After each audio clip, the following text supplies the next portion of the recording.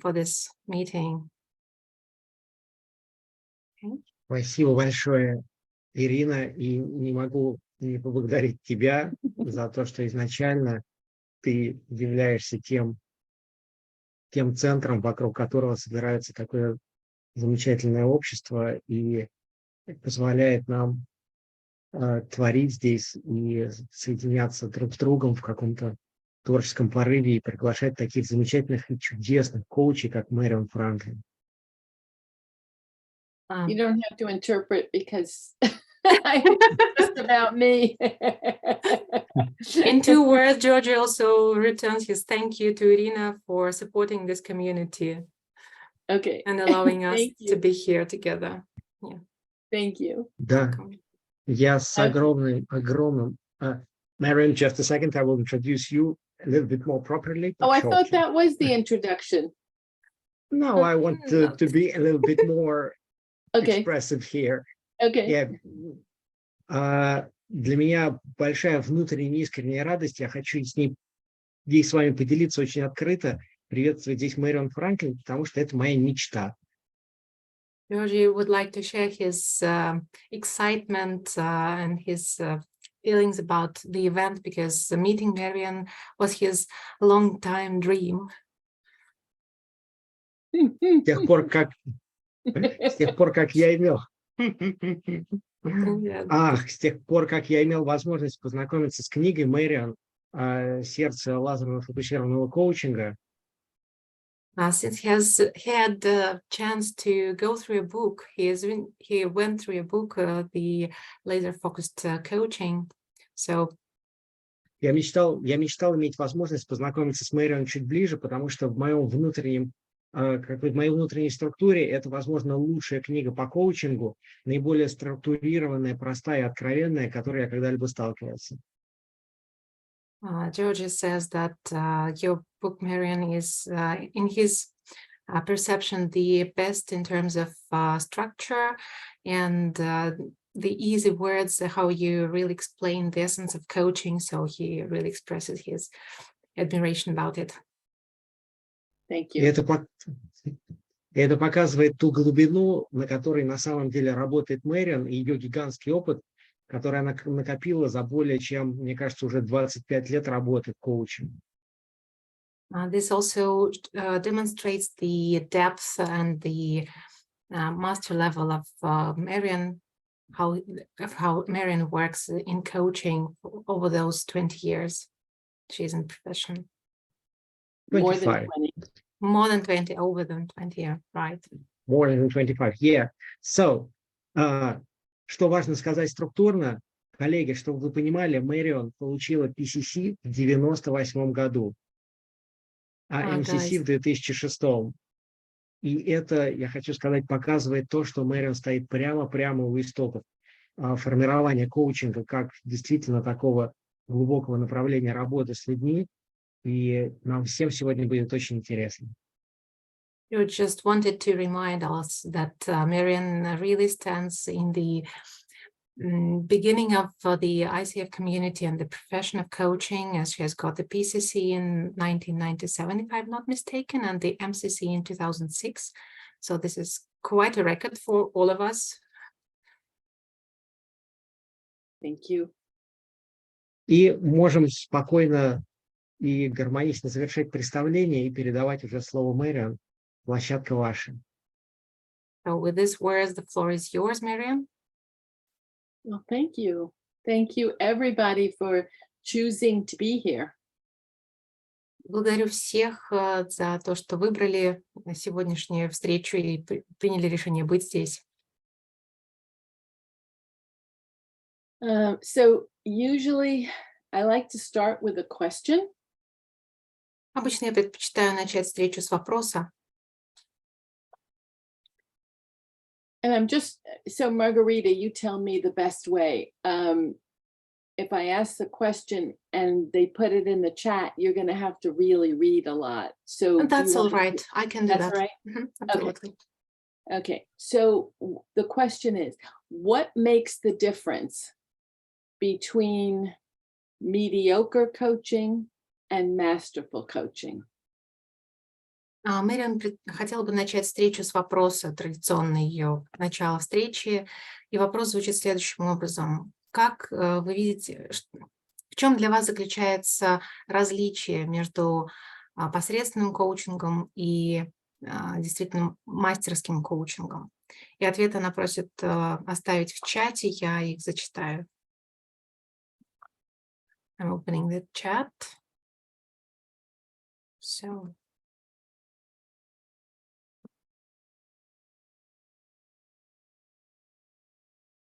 We have the first answers in English, the level of listening. Mhm.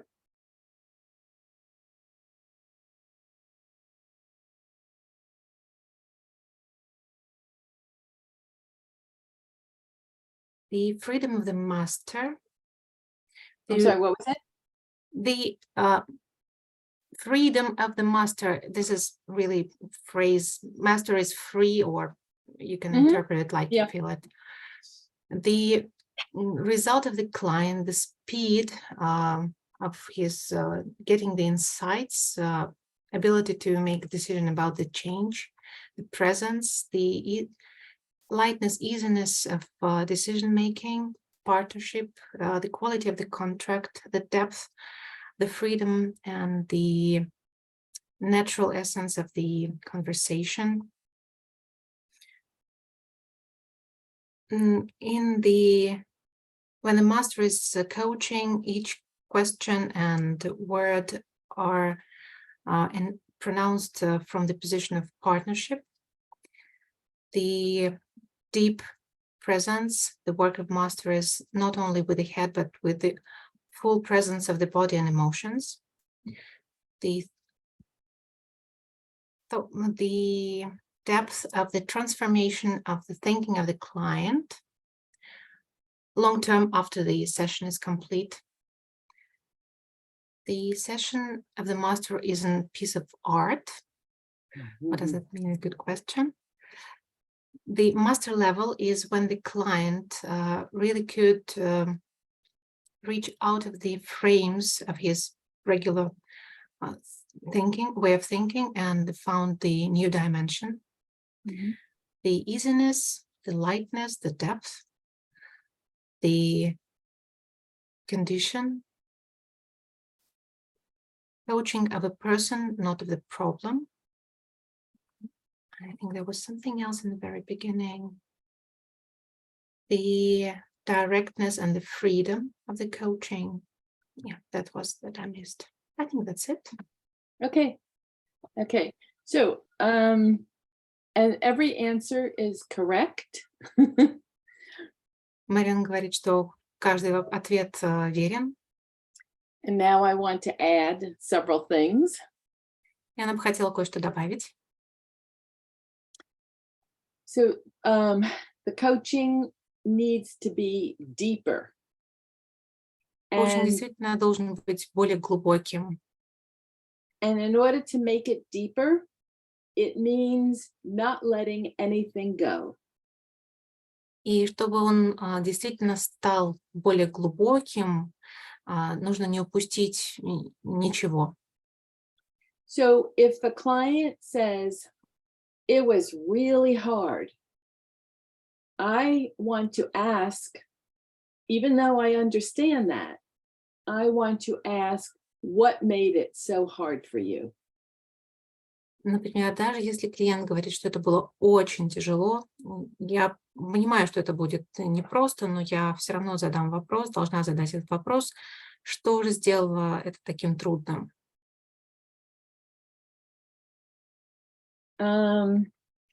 Somebody mentioned it's all about the person, not their story. So every question should be about understanding who is this person. Кто-то из вас упомянул, что все вопросы должны быть о человеке, о клиенте, а не о его истории. Поэтому все вопросы должны быть адресованы непосредственно человеку, чтобы понять, кто же этот человек. a lot of coaches are attached to the results, and I say that makes for bad coaching. Очень многие коучи привязываются к результату. И я бы сказала, что это как раз портит коучинг. We have to trust that the results will come versus working towards that. Нам следует верить в то, что результаты непременно придут, нежели прикладывать усилия в получении этих результатов, в направлении получения этих результатов. The coaching has to sound very natural, like any conversation, not like coach-client. It has to sound with no jargon, no crazy words, no expressions. Коуч должен звучать естественно, легко, и это должно быть не только в рамках сессии, вообще в целом. Язык должен быть чистым, свободным от жаргона и просторечных выражений. There is no formula and no questions that are used all the time. Формулы коучинга не существует, и какого-то конкретного рецепта, который нужно использовать каждый раз, нет. Unfortunately, a lot of people, when they learn coaching, they learn a very specific formula, and that is not masterful. К сожалению, очень многие люди, когда изучают коучинг, они изучают конкретную структуру, формулу коучинга. К сожалению, это не ведет к мастерству в коучинге.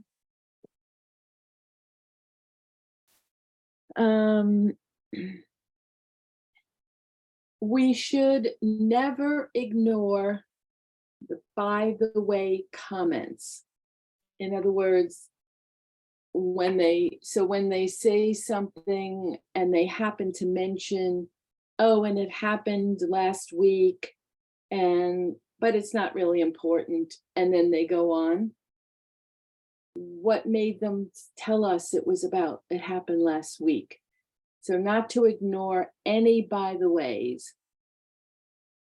И нам не следует упускать попутных комментариев. Да, кстати, вот на прошлой неделе что-то произошло. Почему-то человек решил упомянуть это, и нам следует не упускать, а действительно обратить внимание на этот комментарий. Что-то же его заставило это произнести. Okay. I have an expression. I don't know if you can translate it. Nosy curiosity versus coaching curiosity. So nosy curiosity is wanting more information, wanting to understand the story better. And coaching curiosity is understanding who is this person in the story. Мэрион говорит, что у нее есть особое выражение любопытство ради любопытства и против коучингового любопытства. Когда мы говорим о первом случае, мы интересуемся самими событиями, что же там происходило. А во втором же случае мы интересуемся самим клиентом в контексте той истории, которую он нам рассказывает. Okay. What I call the 1%. So when the client says, I'm almost there, or it's just about the way I need it, or it's 99%, the coaching is only about the 1%, the part that didn't happen yet. И я обращаю внимание, держу в фокусе вот тот самый 1%. Например, когда клиент говорит, что я вот-вот, ну, почти на 99% уже там, уже сделал, уже справился, понял, но это почему-то не случилось. И коучинг происходит именно вот в том самом 1%.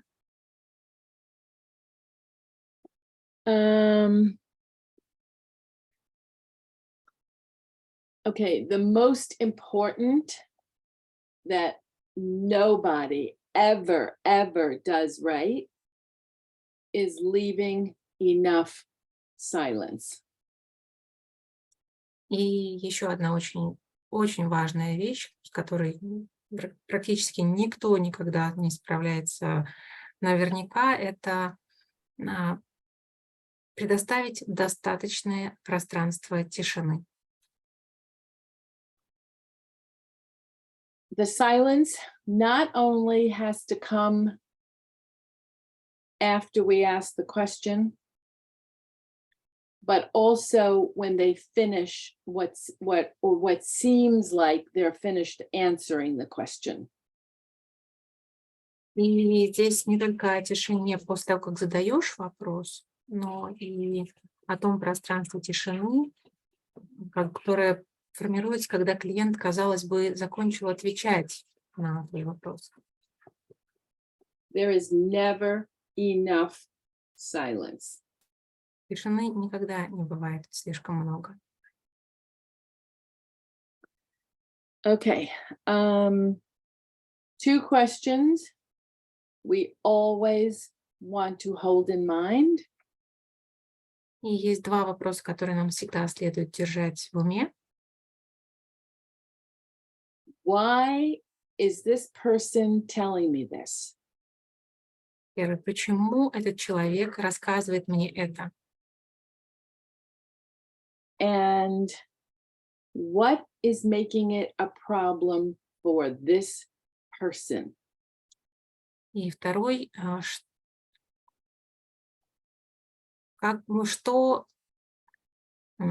каким образом это создает проблему для этого человека? So why is this person telling me this? So if somebody comes to the call and they say, this is really hard for me to share. I want to talk about my child and what happened at school, blah, blah, blah.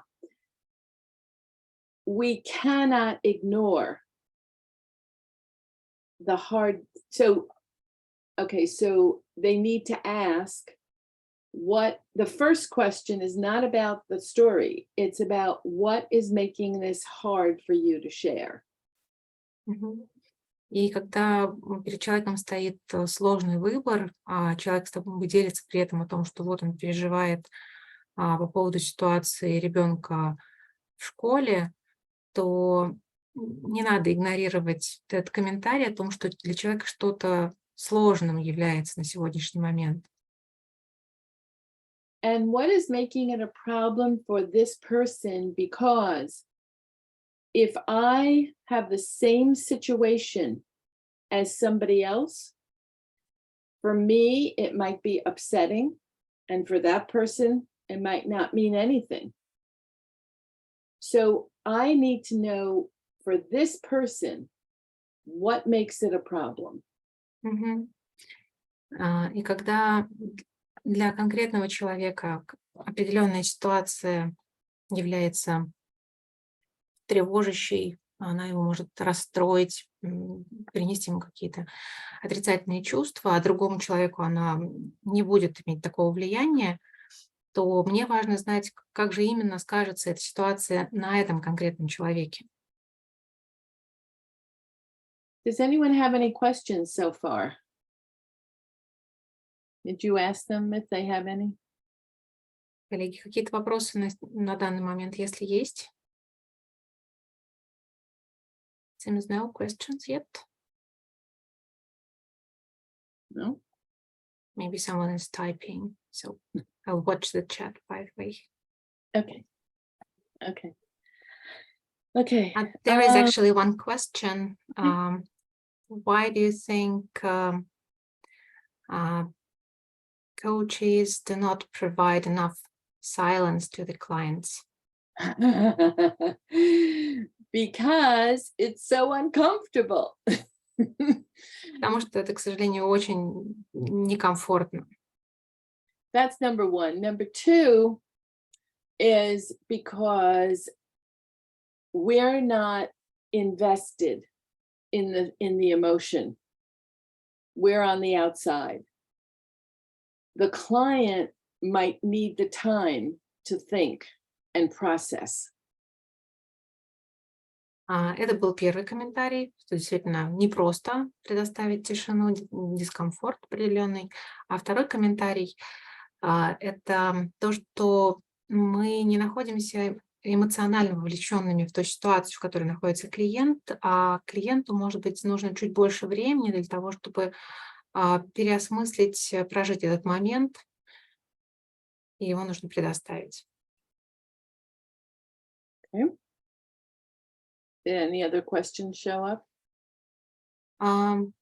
Marion, what prevents or supports you, what helps you or prevents you from keeping this level of depth? Of depth? Depth, I mean the level of presence or depth in coaching session. What helps you to keep this level of depth in the session, or what prevents you from keeping this level of depth in the session? Okay. I would say what helps is what I call trust the process, trust the client, and trust myself. То, что помогает мне, это доверие. Доверие процессу, доверие клиенту и доверие себе. Okay. And if I'm distracted, it's usually because I'm thinking. And that's not good. И если я отвлеклась, то это потому, что я обдумываю что-то, и это не есть хорошо для коучинга. Okay. There is one more question. Okay. Looks like there is more focus. It looks like you observe that there is much more focus on the stories or client issues in this or other form. The person is asking that you would share a bit more about it. Right, because that's what I call baby coaching. Потому что это не процесс научения ребенка, не коучинг для детей. We never need more information about the story. Нам, в общем-то, никогда не нужно много информации непосредственно о ситуации. We always need to focus on the person. Who are they? What do they want? How do they behave? And what's making this a problem? Нам нужно держать фокус на человеке, на личности. Кто они, что они ощущают, что поможет им чувствовать себя хорошо, и что в этой ситуации для них вызывает ту самую проблему, тот самый дискомфорт. Okay. Good. All right.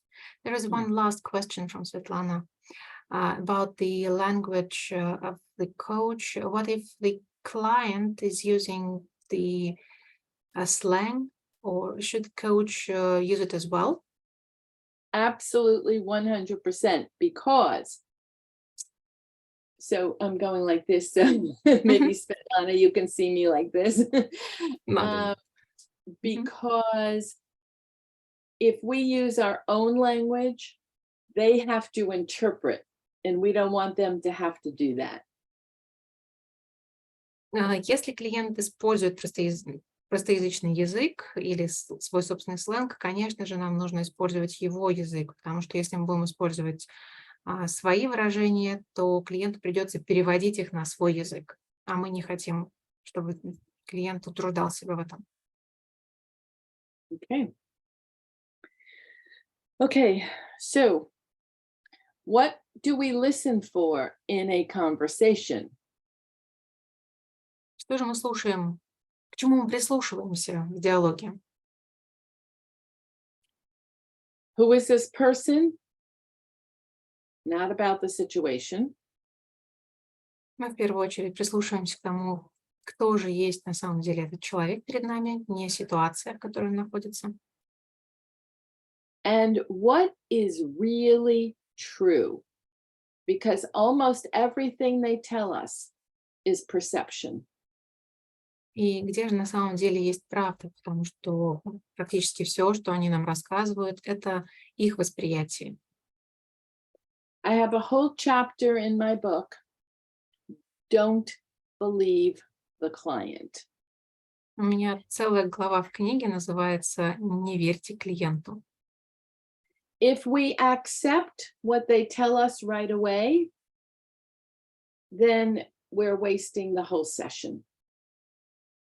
Если мы с первого слова поверим каждому их слову, то фактически мы выбросим целую сессию, потеряем ее.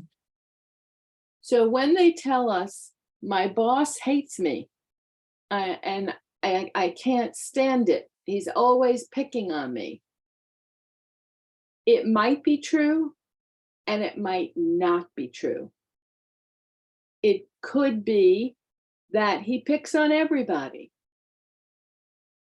Например, если клиент говорит, что начальник меня ненавидит, он постоянно ко мне цепляется, и это невыносимо. Но в реальности может оказаться, что это обычная манера поведения этого начальника, и он цепляется ко всем и к каждому, и вовсе нет никакого особенного отношения конкретно к вашему клиенту. Okay. It's so hard to tell if they're understanding, not understanding, following. I have no idea. So what we're listening for is what I call faulty thinking. So it's what the client thinks is true, but it might not be true. Ну, прислушиваемся, это к признакам так называемого ошибочного мышления или ошибкам мышления, потому что клиент зачастую может думать, что что-то является правдой, но оно на самом деле может не являться таковым.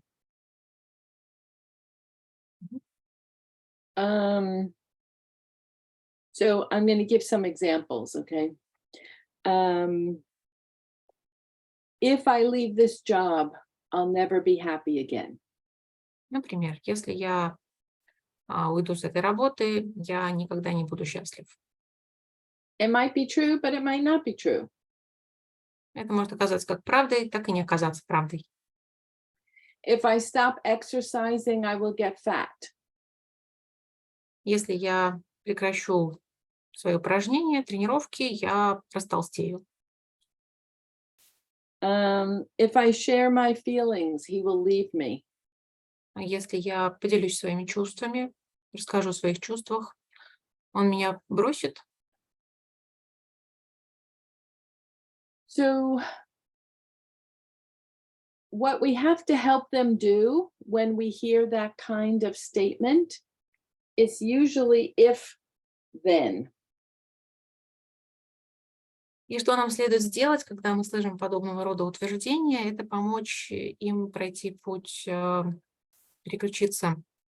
А что если, что будет тогда? We have to help them see. So, for example, if I share my feelings, he will leave me. What does it cost you to hold back your feelings? Ну, вот, например, если мы возьмем ситуацию, если я поделюсь своими чувствами, то он меня бросит.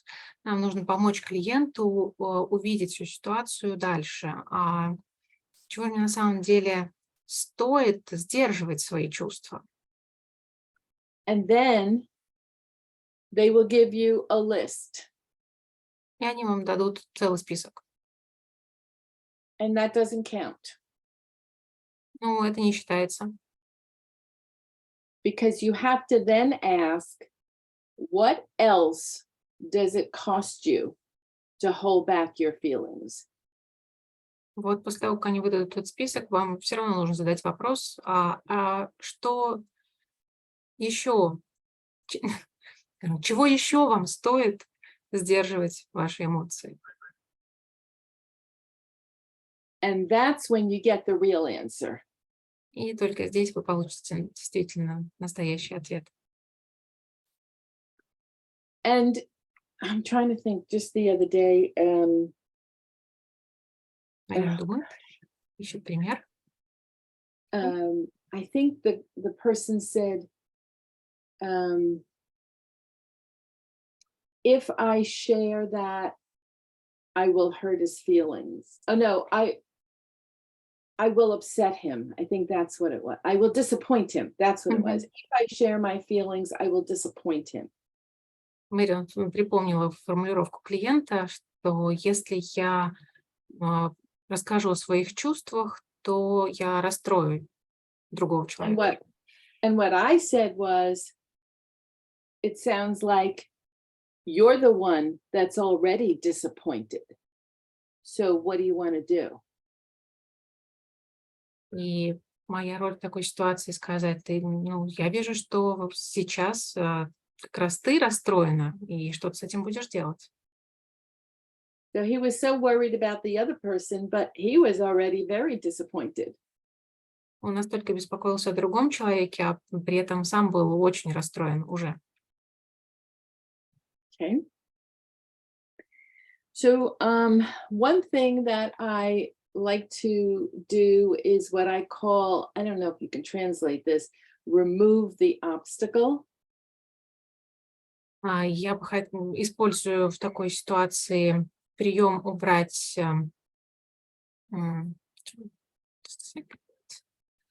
Препятствие.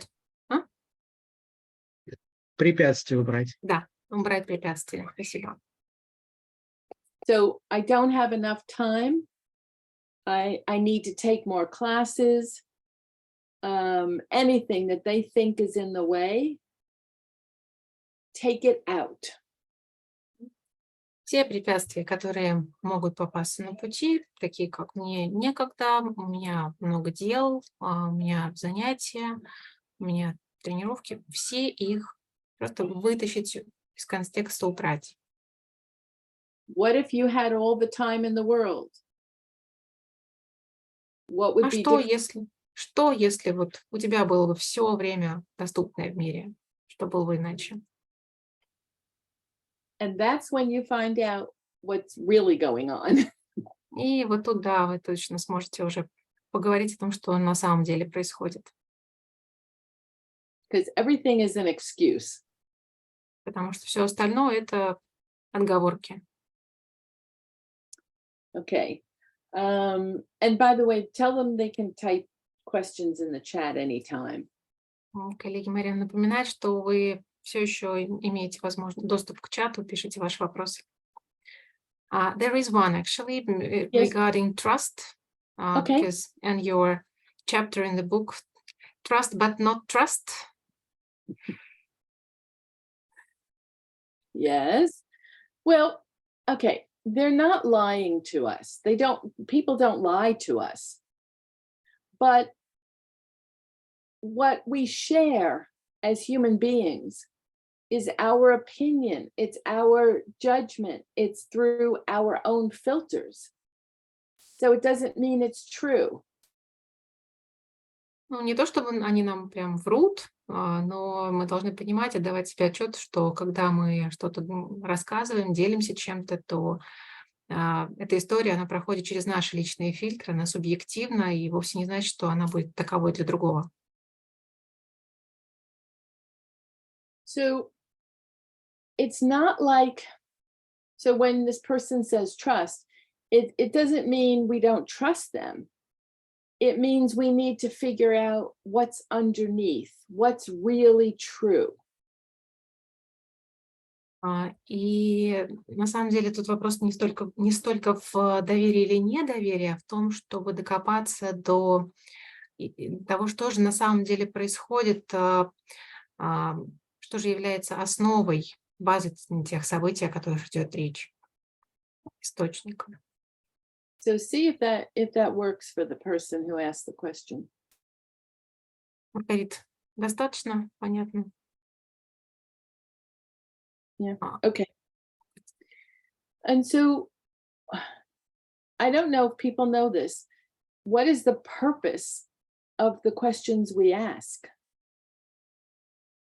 И подумайте о том, какова же цель тех вопросов, которые мы задаем. And it's not to get more information. И это не о том, чтобы получить больше информации. It's to force the client to think. Они нужны нам для того, чтобы заставить клиента думать. Every question we ask should make them think. And the more silence they take, the better the question. И каждый вопрос, который вы задаете клиенту, должен заставить клиента задуматься. И чем больше тишины им понадобится для того, чтобы обдумать ответ на ваш вопрос, тем лучше ваш вопрос. So if I ask you, what did you eat for dinner tonight? You'll just tell me I had some meat, I had some potatoes, whatever. But if I ask you what was on your mind while you were eating dinner, you might need to take a moment. Например, если я спрошу, что у вас было на ужин, вы мне легко ответите, что у меня было немного мяса, картофеля, овощей и так далее. А если я задам вопрос, о чем вы думали во время ужина, вам придется призадуматься. Thank you. All right. My secret to make all questions really good ones. Now, I don't know how this translates, but I think it would translate. To make all questions good ones, I always say start with the word what. Мэрион решила поделиться секретом с нами о том, как она делает каждый вопрос действительно хорошим, качественным. Она начинает каждый вопрос, она делает его открыто, начиная со слова «что». Because we should never ask a why question, because then they have to explain and defend. Нам не стоит задавать уточняющие вопросы, потому что они заставляют людей объясняться и защищаться. And the how question is usually a method. И вопросы о том, как, чаще звучат о методе. Okay. So, all right. So why did hold on, because We can see you well, just a little bit bigger on the screen. It's easier. I know, but I don't want to see it. It's fine if you want to see it. I don't want to see it. I want to see all of your faces. У нас был момент в попытках сделать экран Мэрион покрупнее. Мэрион говорит, что ей некомфортно. We got it all back. Да, Okay. мы вернули обычный вид. Okay. Your questions, everybody thinks that the question has to be so wonderful or so powerful. And that's not true. The question needs to be very simple and very broad. So let's just start with that. Мы очень часто говорим о том, что вопрос должен быть сильным, должен быть качественным, но вот не совсем так. Вопрос должен быть простым, но достаточно широким, очень широким. So one of my favorite questions is, and what does that mean? Один из моих самых любимых вопросов звучит как, что бы это значило или что это значит? So it's usually the reflection that makes the difference, not the question. И хороший вопрос как раз определяет именно то осмысление, которое получает клиент, а не сам вопрос. So the reflection should not be what they just said. The reflection should be the interpretation of the coach. И в данном случае саморефлексия заключается не в том, чтобы повторить, сделать перефраз того, что только что произнес клиент, а действительно переосмыслить все сказанное клиентом через призму коуча, пропустить через себя. So if they say, you know, I'm having a terrible day and my boss is giving me a hard time and my coworkers are making me crazy, we don't say your boss is having a hard time, your coworkers are making you crazy. What we need to say is, it sounds like it's a very unpleasant atmosphere. И когда клиент говорит о том, что босс житья не дает, с коллегами неприятно находиться вместе, нам не стоит повторять эти же самые слова клиенту, возвращать их ему, а стоит действительно, пропустив через себя, сказать, звучит как очень некомфортные условия. Okay. Okay. Is everybody doing okay? I'm just, because it's hard to tell. Yeah. There are some thumbs up. People Okay. are smiling, everything is good, right? Okay. So I have a whole thing. Thank you, Georgie. I have a whole thing that I call lead by following. И мне очень нравится такая формулировка, как ведение через следование. Ведение клиента через следование за клиентом. So what that means is, it's not my agenda, but I am going to move the conversation forward by following what you just said. И говоря об этом, я имею в виду, что я буду развивать беседу, основываясь на том, что только что сказал клиент. So when the client talks about a situation in great detail, I'm not going to ask about the situation because I want to understand who they are. So I might ask, so what was it like for you when everybody was yelling? Например, если клиент детально описывает какую-то ситуацию, я не буду задавать уточняющие вопросы про ситуацию. Мне будет интересно узнать подробнее о самом клиенте в этой ситуации, и я задам вопрос, и каково тебе было, когда все кричали на тебя? Okay? Mm-hmm. Okay. A lot of the coaches learn to get the agreement right away. And I always say no. Очень многие коучи стремятся заключить контракт с самого начала. Мэрион не согласна с таким подходом. Because when they come to us in the beginning, they think they know what they want. But if we've ever coached, we know that it never turns out exactly that way. So I want to use the beginning to explore and figure out what's really going on before the agreement.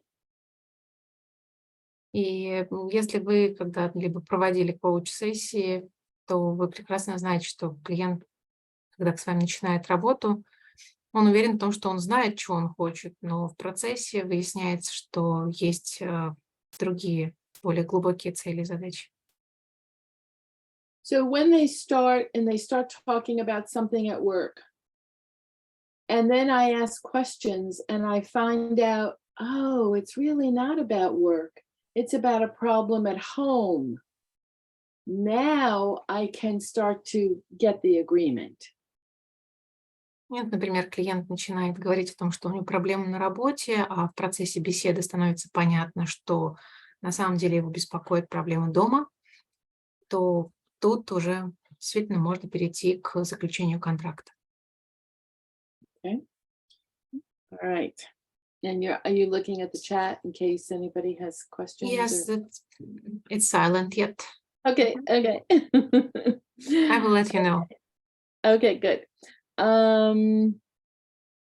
So I have a theory that the first question after the reflection and the first question after the opening story is how deep the conversation will go.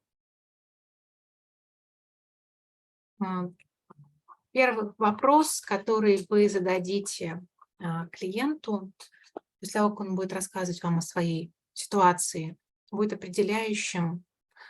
Он определит, насколько глубоко будет ваше обсуждение, насколько глубоким будет ваше обсуждение. Okay, so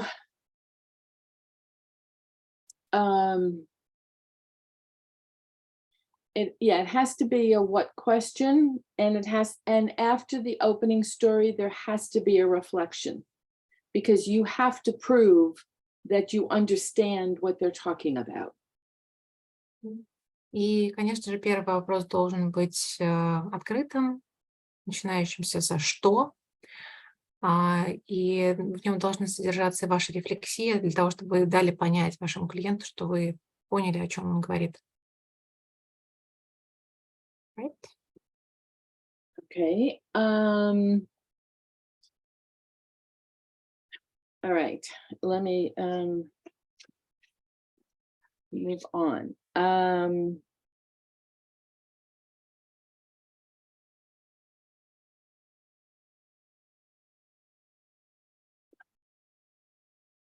Maybe we'll talk about direct communication. Давайте поговорим немножечко о прямой коммуникации. It used to be a competency all by itself, and now it's part of evokes awareness. Когда-то это была отдельная компетенция, сейчас она вошла в состав другой. So, okay. We can say anything we want to say if we follow 3 rules. Мы можем говорить все, что нам необходимо сказать, если мы следуем 3 простым правилам. Okay, so the first rule is that you can't use the word you. Первое правило: не стоит использовать слово «ты» или «вы». So you can't say you sound angry. Например, не стоит говорить, что вы звучите зло или вы злитесь. And you have to own the observation. So it seems like, or I'm getting the impression that. Возьмите на себя те впечатления, которыми вы делитесь. То есть вместо того, чтобы транслировать, что клиент злой или звучит злым, скажите, что мне кажется, я наблюдаю некую злость, проявление злости. And you have to follow it with a very mini question. И это должен быть очень маленьким вопросом, коротким вопросом. So it would sound like, I'm getting the impression that there's some anger going on. What do you think? У меня складывается, вот пример, да, который Мэрион предлагает, у меня складывается ощущение, что тут есть место злости. Что ты об этом думаешь? And you can say anything. So the minute it comes to your mind when you're listening, this is so crazy, or why would somebody do that? You have to speak about it. И помните, что вы можете произнести, озвучить все, что угодно. В тот момент, когда к вам приходит в голову мысль, боже, это звучит совсем безумно, почему бы кто-либо вообще сделал что-то подобное, вам стоит это сделать.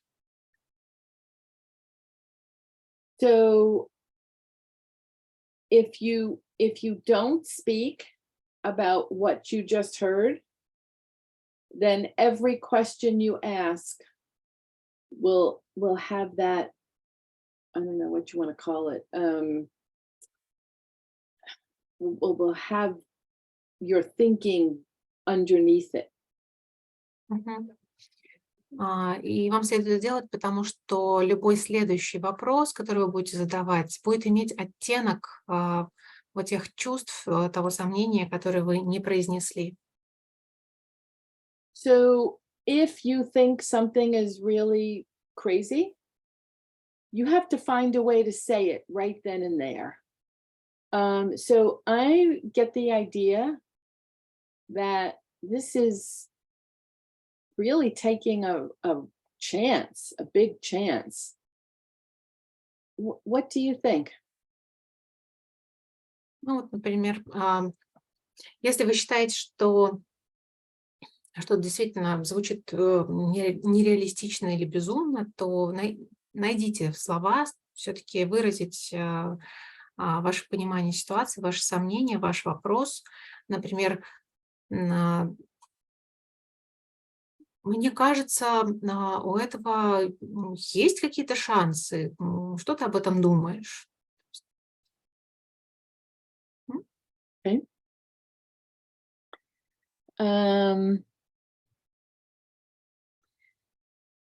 Okay. There are several ways to create the shift. Существует несколько способов помочь человеку сдвинуться. Okay. So one of them is, what is it costing you to, and then repeating after they answer, what is it costing you to, with the whole sentence again. That's one way. Первый способ – это вопрос, чего же тебе будет стоить, и повторить весь ответ, который человек произнес. Это один способ.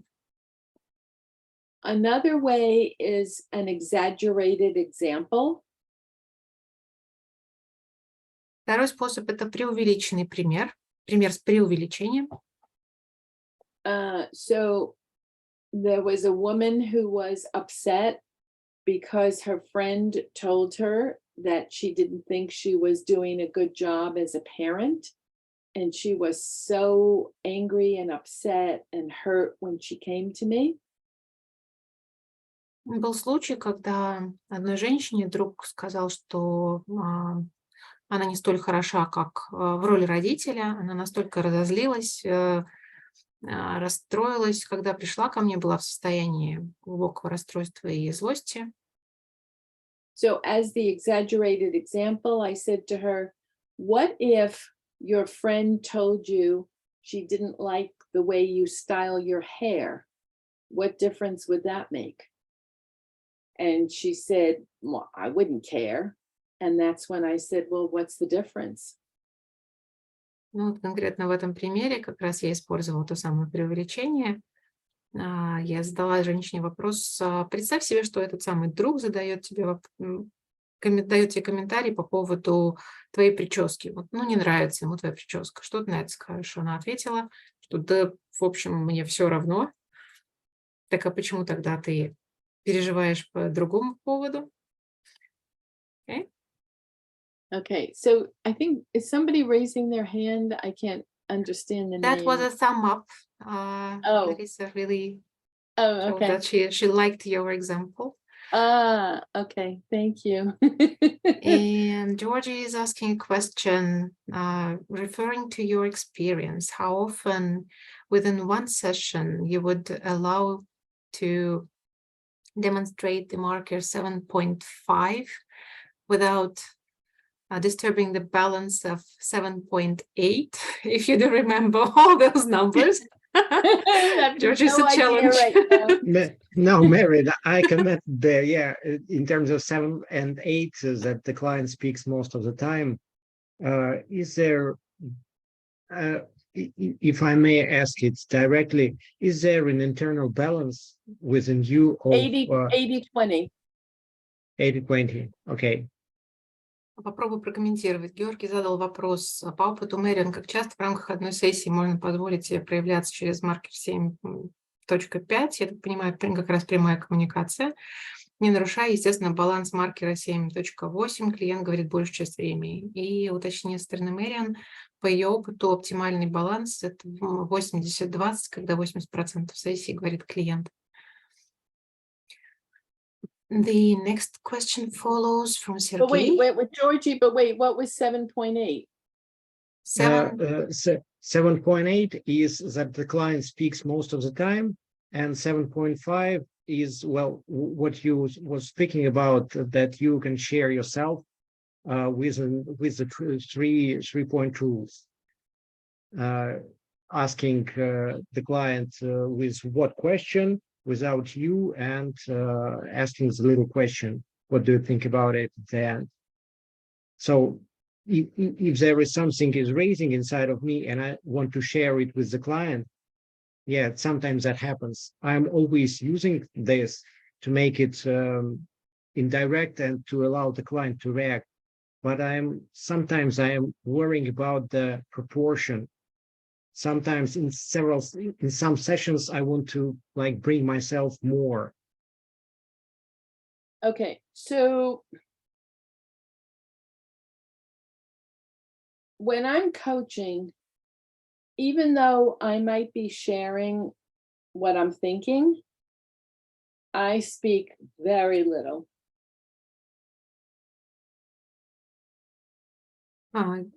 Мэрион попросила уточнить по поводу маркеров, что там было что. Георгий прокомментировал всю ситуацию еще раз, что он хотел уточнить, что в ситуации, когда хочется высказаться клиенту по поводу его ощущений в сессии, как соблюсти тот самый баланс, что клиент говорит большую часть времени.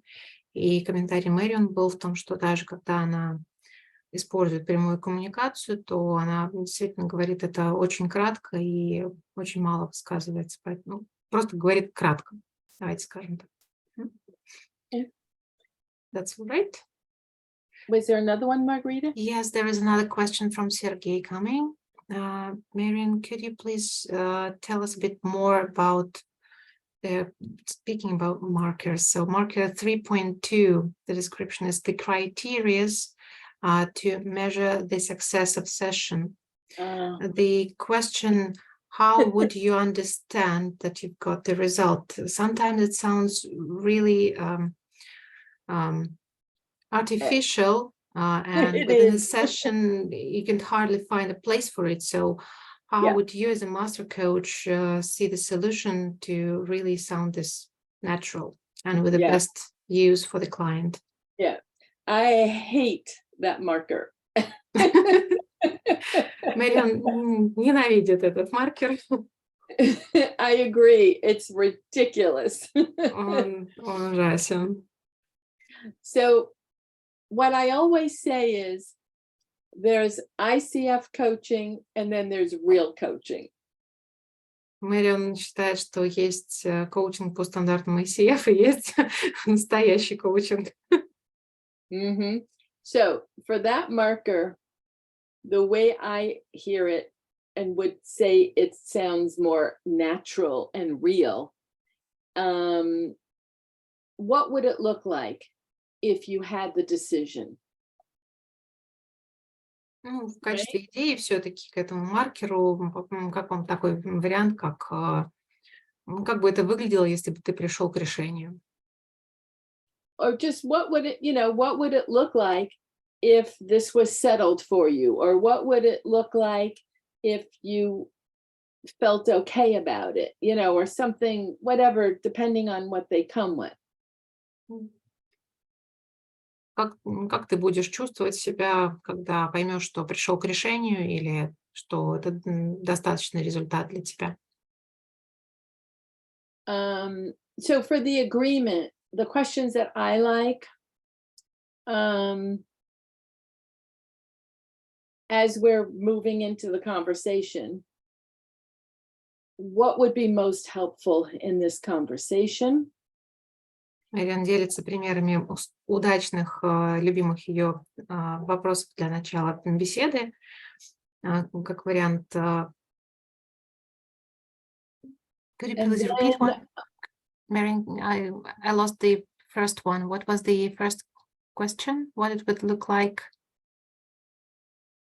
What would it look like if that, the decision was made? Or what would it look like if you had the conversation you want to have, or something because it is in a way measuring the success. What would it look like? What would it feel like for you if it was all finished? Or that's just, to me, a natural way of doing that question.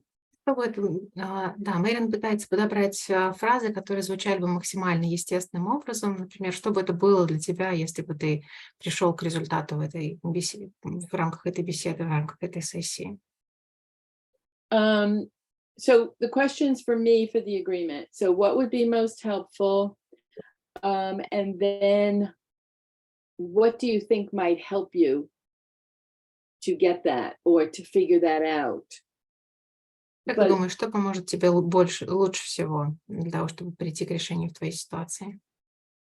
The problem with that question is if they say, I'm having a terrible time making a decision about something, and I don't know, and you ask them, what do you think would help you to make the decision? They may not know the answer.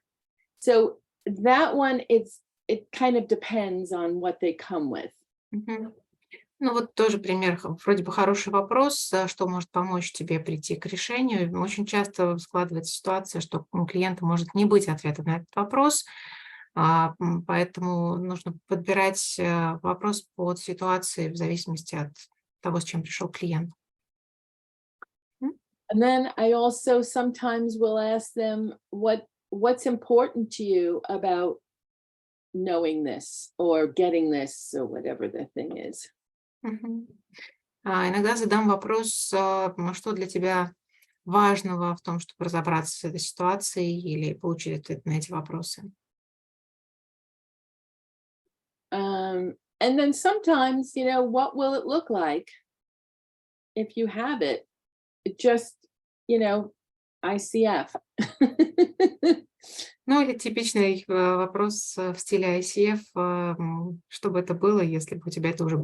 Как это будет выглядеть, если у тебя это уже есть? Представь себе, что у тебя это уже есть. Okay. Okay, so let me, was talking about, and you can check for questions, and I just want to get finished. There are few, actually. You phrased the tricky topic. I'm sorry? You raised a tricky topic that you hate some markers, so there is a discussion. Well, that's the only one. I think that's the main one that makes me crazy. Okay. I was hoping for more. Well, okay. The problem for me is that people are too focused on those markers. And the real focus should be on understanding the competencies. It's not about the markers, because if you make it about the markers, then it becomes formula. And then you fail.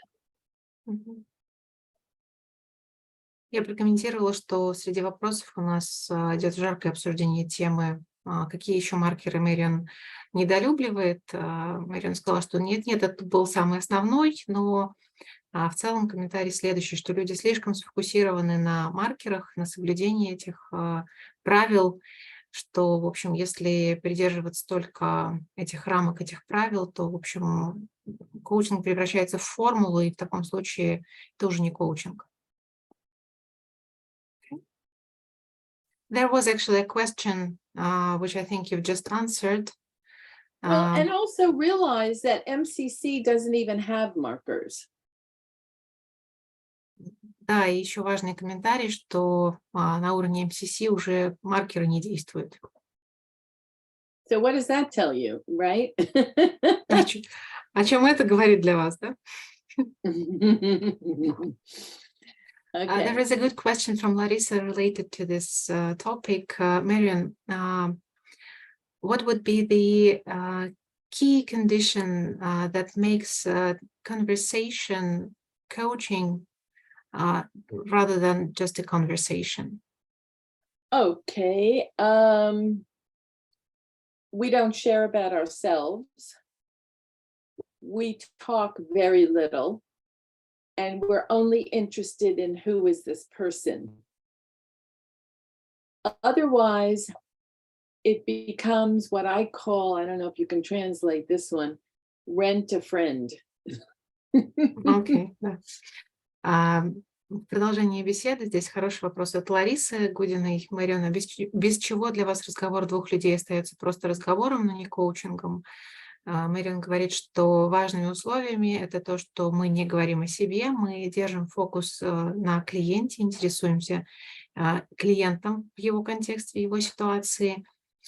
И иначе ситуация превращается в такое выражение «друг на час». Okay, I don't know if that translated well or not. More or less. Okay. Okay, so we were talking about the shift and different ways to do it. We talked about what is it costing you. We talked about the exaggerated example. And another one is, what if you knew? And I guess, so just recap, and then I'll... Мы с вами говорили о 3 способах помочь клиенту изменить его состояние, перейти на следующий уровень. И первые 2 способа были, это способ, how we call reflection. Sorry. Could you help me to recap the first? The first one is, what is it costing you? Да. Первый способ, чего тебе на самом деле это стоит. Второй способ, который мы обсудили, это преувеличение. И третий способ, мы сейчас как раз о нем поговорим. Okay, so what if you knew? So not usually, let me say, there's always going to be a fear when somebody wants something and doesn't do it. So,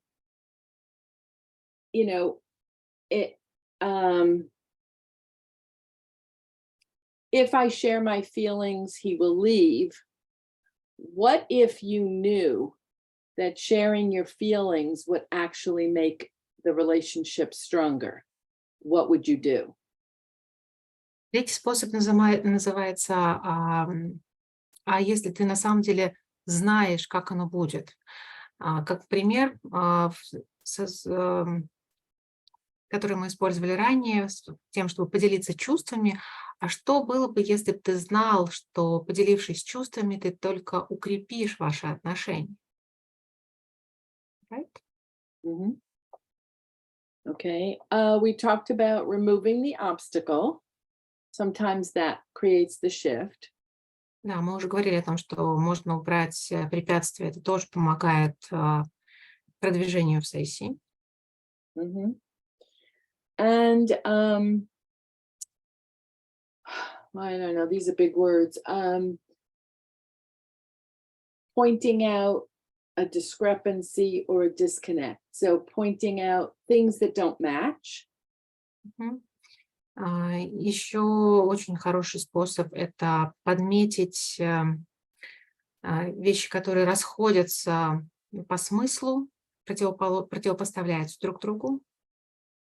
So when we first, and this happens a lot, when we started the conversation, it was an awful situation. And now it sounds like it's really not such a bad situation. So what's really true? Ну, например, мы говорили о какой-то очень-очень плохой, тяжелой ситуации, а сейчас она уже не кажется таковой. И ну, вот даже на этом уровне хорошо бы разобраться, как же на самом деле оно есть. Okay. All right. I'm trying to think what else. Well, let me just, are there any questions for sure? Fine. We have a couple. Мэрион готова ответить на парочку ваших вопросов в чате. Weather permitting, from Tuesday, hold on. August 1st through Wednesday, Sorry. August 3rd, 7 a.m. to 6 p.m. Sorry. That's all right. Absolutely normal. I'm sorry. So what was the question? The question is, Marion, would the knowledge of the psychology help a lot to the coach? Did you study psychology? Very much so. A matter of fact, so I have written Life's Little Lessons, and I'm turning it into a book. It's going to be called What Would a Wise Person Do? And it's all about the psychology and human behavior of people. Мэрион говорит, что психология очень помогает. Она написала, создала серию уроков и сейчас пишет книгу, и она будет называться «Как бы поступил умный человек» или «Что бы мудрый человек сделал». Зависит от того, кто ее переведет на русский язык. И да, психология, там очень много вопросов психологии затрагивается. All right. There was a question related.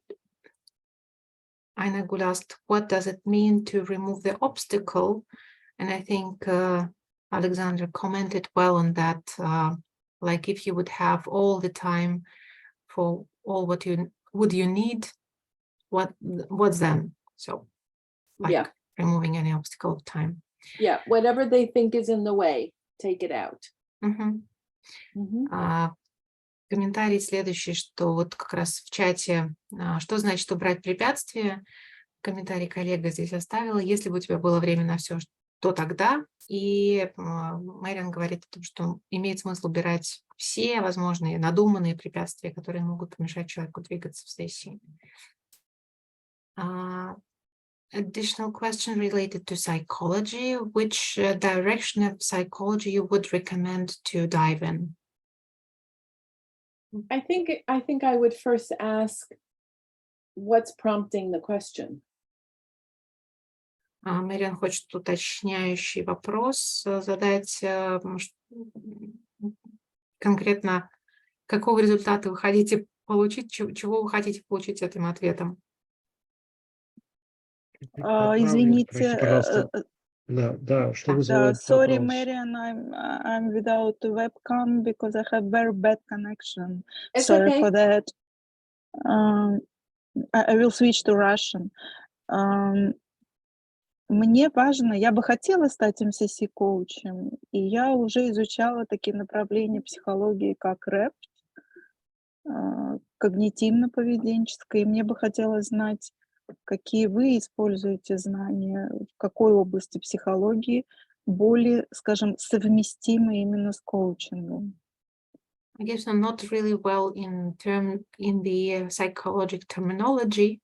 Margarita is saying that she is really targeting to get MCC level, and she is studying.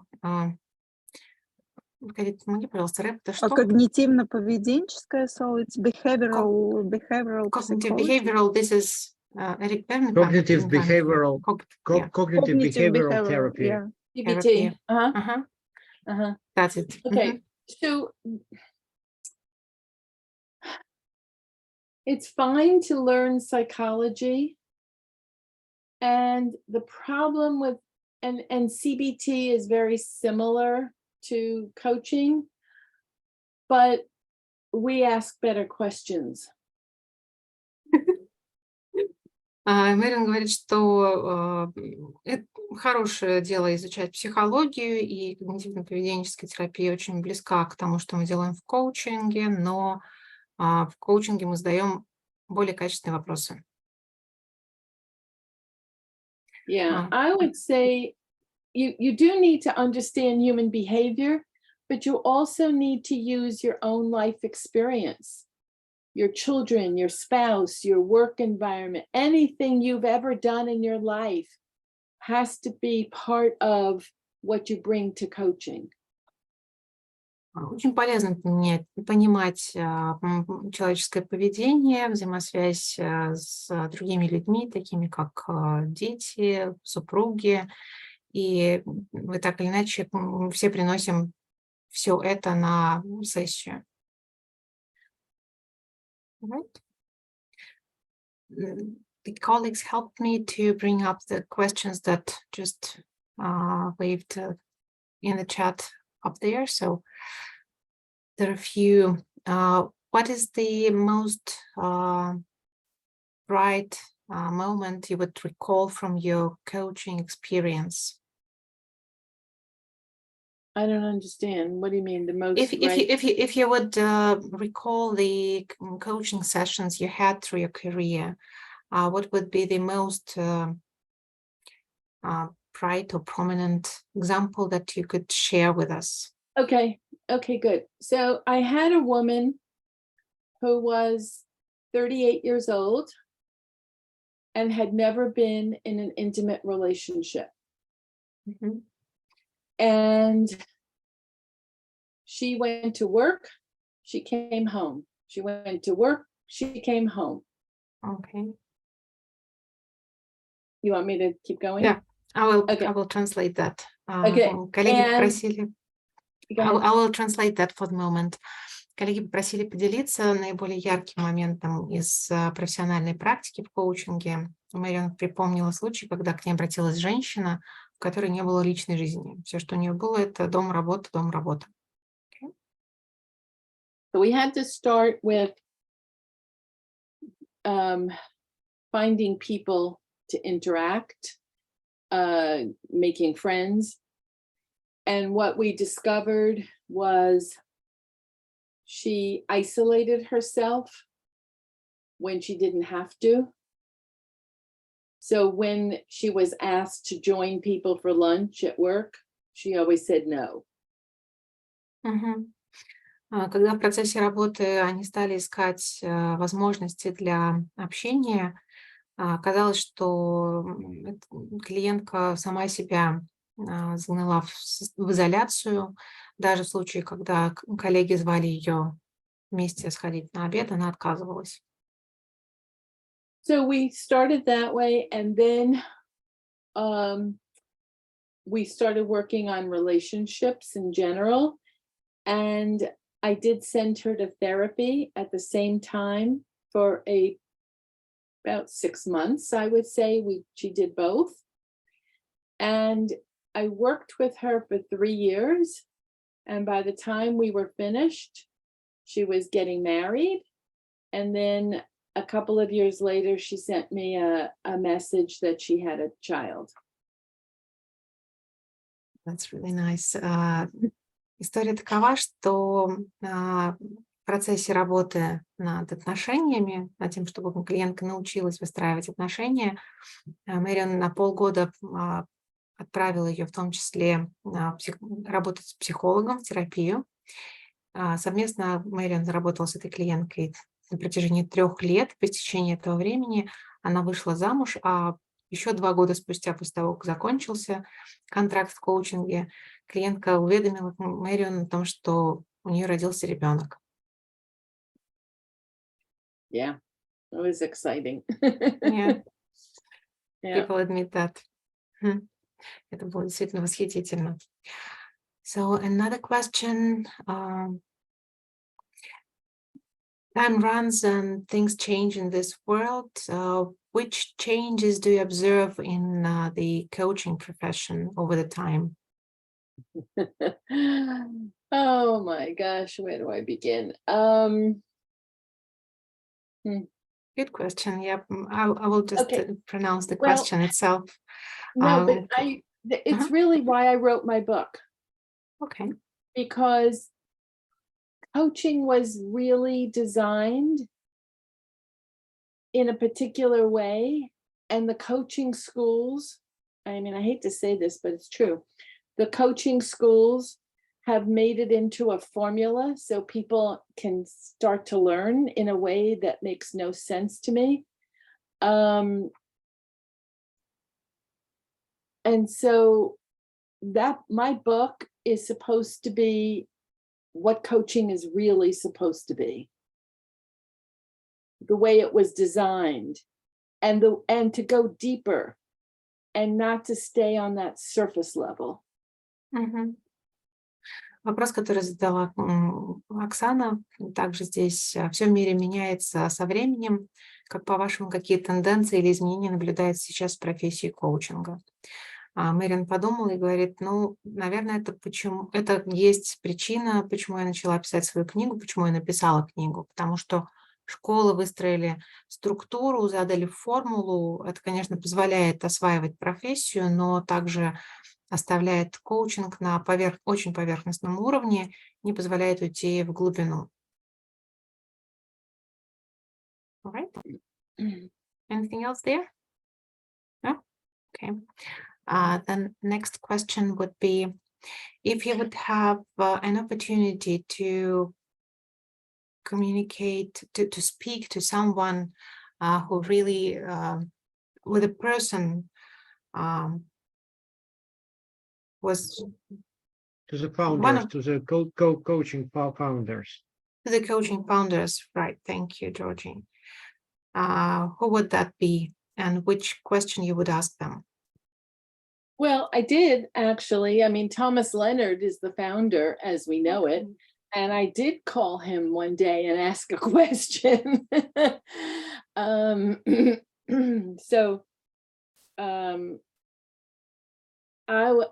mean, now I would say, yeah, I think that's, yeah, I mean, that's the person I would rely on. And he died in 2003, unexpectedly at a young age. But he was the person that I asked my questions, and there's nobody like him now, nothing like it. Вопрос, который задала Оксана, также, если бы предоставилась возможность пообщаться с кем-то из основателей коучинга, с кем бы вы хотели пообщаться и какой вопрос задали бы? Мэрион вспомнила о том, что ей выпало счастье пообщаться с Томасом Ленардом, который, к сожалению, покинул нас в 2003 году, и она по этому поводу очень грустит и считает, что он был лучшим и по-прежнему адресует ему свои вопросы. People ask me the questions now. И сейчас люди задают вопросы самой Мэрион. That's true, Marion. That's why we're all here. Именно поэтому мы сегодня здесь. Anything else? Yes, this is kind of a personal question. How do you see the coaching career? Is it possible to combine this coaching career with another type of activity, or it's better to be purely a coach? No, I think you have to do whatever works. But everybody's different, and everybody has to find what works for them. I think if you do what I call life coaching, it's very hard to make a lot of money. If you work in a company or a corporation, it's a lot easier, but that's not right for everybody. So I think you have to find what works for you. There's no right answer. Thank you. Вопрос был, Мэрион, как вы смотрите на карьеру коуча? Возможно ли вести только этот вид деятельности или лучше совмещать с другими? Мэрион говорит, что единственного верного ответа нет, и стоит выбирать по себе то, что подходит лично вам. Проводя лайф-коучинг, много не заработаешь, как правило, работая на корпорацию, обычно доходы выше, но, опять же, не всем это подходит, поэтому выбирайте то, что подходит вам. Okay. Looks like we've went through all the questions in the chat for the moment. Okay. All right. Well, I think I want to thank everybody who stayed and really stay, because for you it's probably late, right? And That's all right. Мэрион выражает благодарность тем, кто на протяжении всей встречи присутствовал здесь. Сказал, что, наверное, для вас уже это позднее время. yeah, for me it would be middle of the day, but because I go to bed at 3 a.m. Margarita says, thank you so much for your wonderful book and for this event, for coming and seeing us and talking to us. Oh, you're so welcome.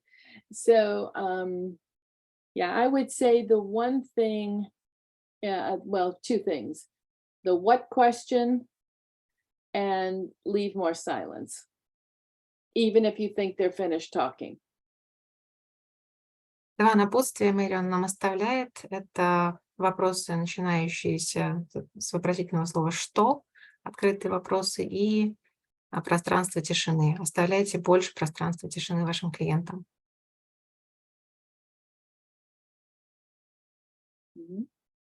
There is a personal question, by the way. Larissa, Yes. do you observe that coaching is really interfering into your everyday life? If so, how do you feel about it? Okay, so I don't really do the coaching anymore so much. I just have I have everybody working for me now. But when I was full-time coaching, the only thing that happened was that when I asked people questions, I sounded like a coach, even if it was a friend, I sounded like a coach. My children would say, Mom, please don't coach me now. But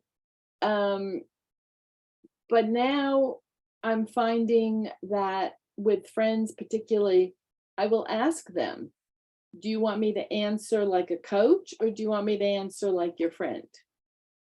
Oh, great, thank you. Коллеги, вопрос был от Ларисы. Спасибо большое за вопрос. Как Мэрион вообще наблюдает, перешел ли коучинг в ее реальную жизнь, как она по этому поводу себя чувствует?